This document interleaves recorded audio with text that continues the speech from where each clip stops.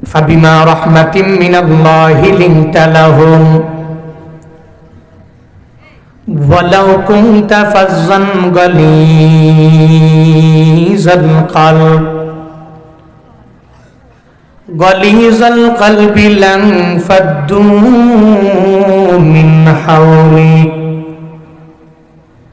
ফাআফু আনহুম ওয়াস্তাগফির লাহুম ওয়াশাবিরহুম ফিল আমর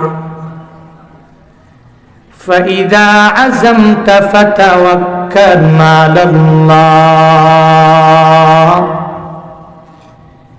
ইন্নাল্লাহা ইউহিব্বুল মুতাওয়াক্কিলিন।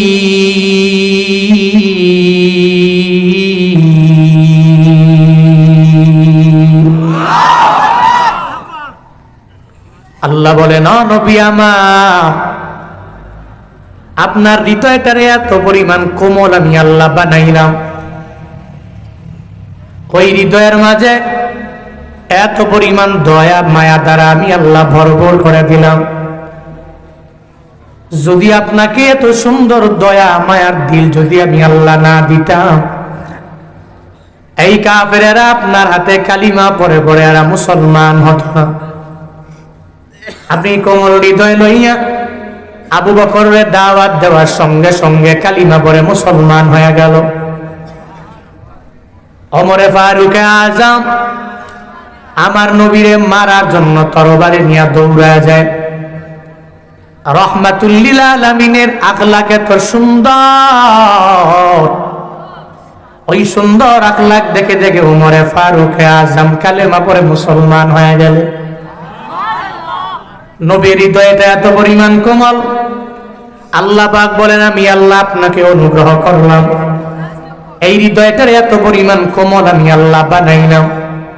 এই কোমল হৃদয় নিয়ে নিয়ে আপনি এদের মাঝে চলবেন, এদের সাথে ভালো আচরণ করবেন, এরা কোনো অন্যায় করলে নবী গো আপনি ক্ষমা করে দিবেন। এদের সাথে রূঢ় আচরণ করবেন না, ক্রোধান্বিত হয়ে যাবেন না, এদের সাথে রাগান্বিত হয়ে যাবেন না গো নবী। যদি আপনি ক্রোধান্বিত অথবা রাগান্বিত হয়ে যেতেন, আপনার আশেপাশে কেউ থাকতো না, সব আপনারে ছেড়ে এসে সবাই বিদায় নিয়ে চলে যেত। আল্লাহ পাক জানায়া দেয়, ও পয়গম্বর আমার,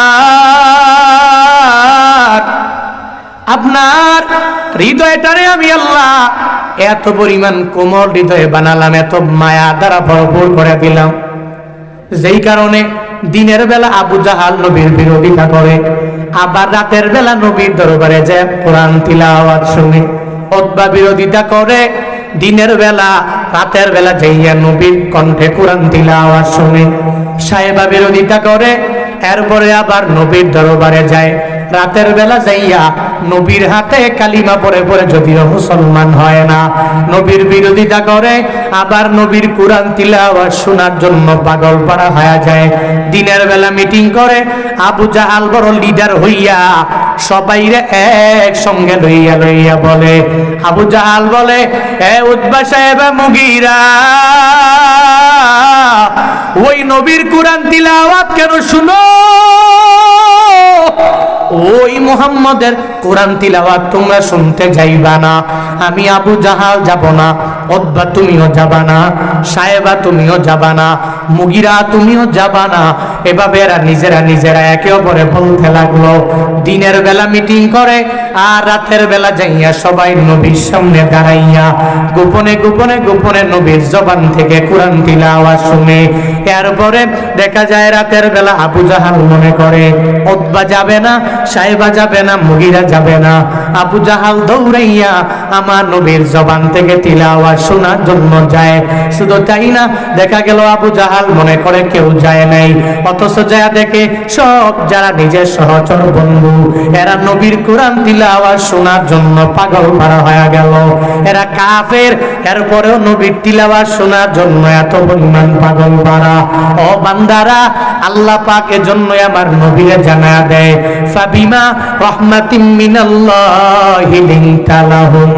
ও নবী আমার, আপনার হৃদয়টারে আমি আল্লাহ এত পরিমাণ কোমল কোমল বানালাম, এত পরিমাণ দয়া দিয়া ভরপুর বানায়া দিলাম। আমি আল্লাহ আপনার দেহটারে এত পরিমাণ মায়া দ্বারা ভরপুর করে দিলাম।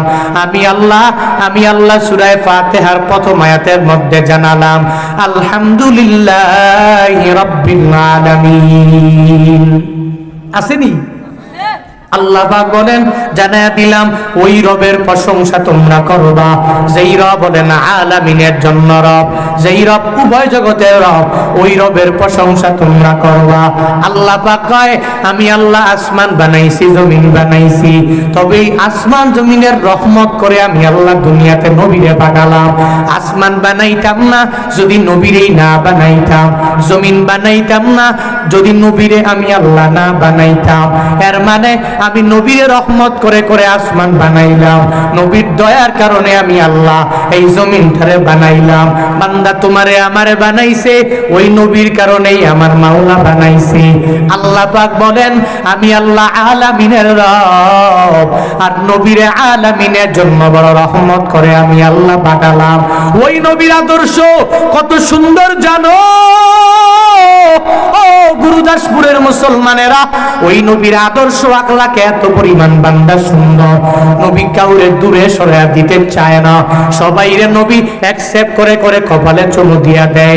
নবীর এত মায়া, এত পরিমাণ দয়া, কাফের আমার নবীর গালের মধ্যে একটা থাপ্পড় লাগায়া দিল, নবী আমার তার বিরোধিতা করে না, তারে ধমক দেয় না। নবী আমার বলে রে কাফের, তুই যে আমারে জোরে একটা থাপ্পড় লাগায়া দিলা, তুই আমারে বলো না তোর হাতের মধ্যে তুই ব্যথা পেয়েছ নাকি? যদি ব্যথা পাও তাহলে আমি তোর হাতটা ধরে তোর ব্যথা ভালো করে দিব। নবীরে যে মারে এর সাথেও নবী কি পরিমাণ ভালো আচরণ করে। আল্লাহ পাক বলেন ও পয়গম্বর, সবার সাথে আপনি ভালো আচরণ করেন একমাত্র আমি আল্লাহর অনুগ্রহের কারণে। আমি আল্লাহ আপনার কোমল হৃদয়টারে এত হৃদয় বানালাম, এত মায়া বানালাম, আপনার পুরা দেহটারে এত পরিমাণ দয়া দ্বারা আমি আল্লাহ ভরপুর করে দিলাম। আপনারাই বলেন তো, আপনাদের এলাকায় কোনো বান্দা যদি কারো প্রতি দয়া দেখায় তাহলে আপনি তাকে কি বলেন? দয়াশীল বলেন না?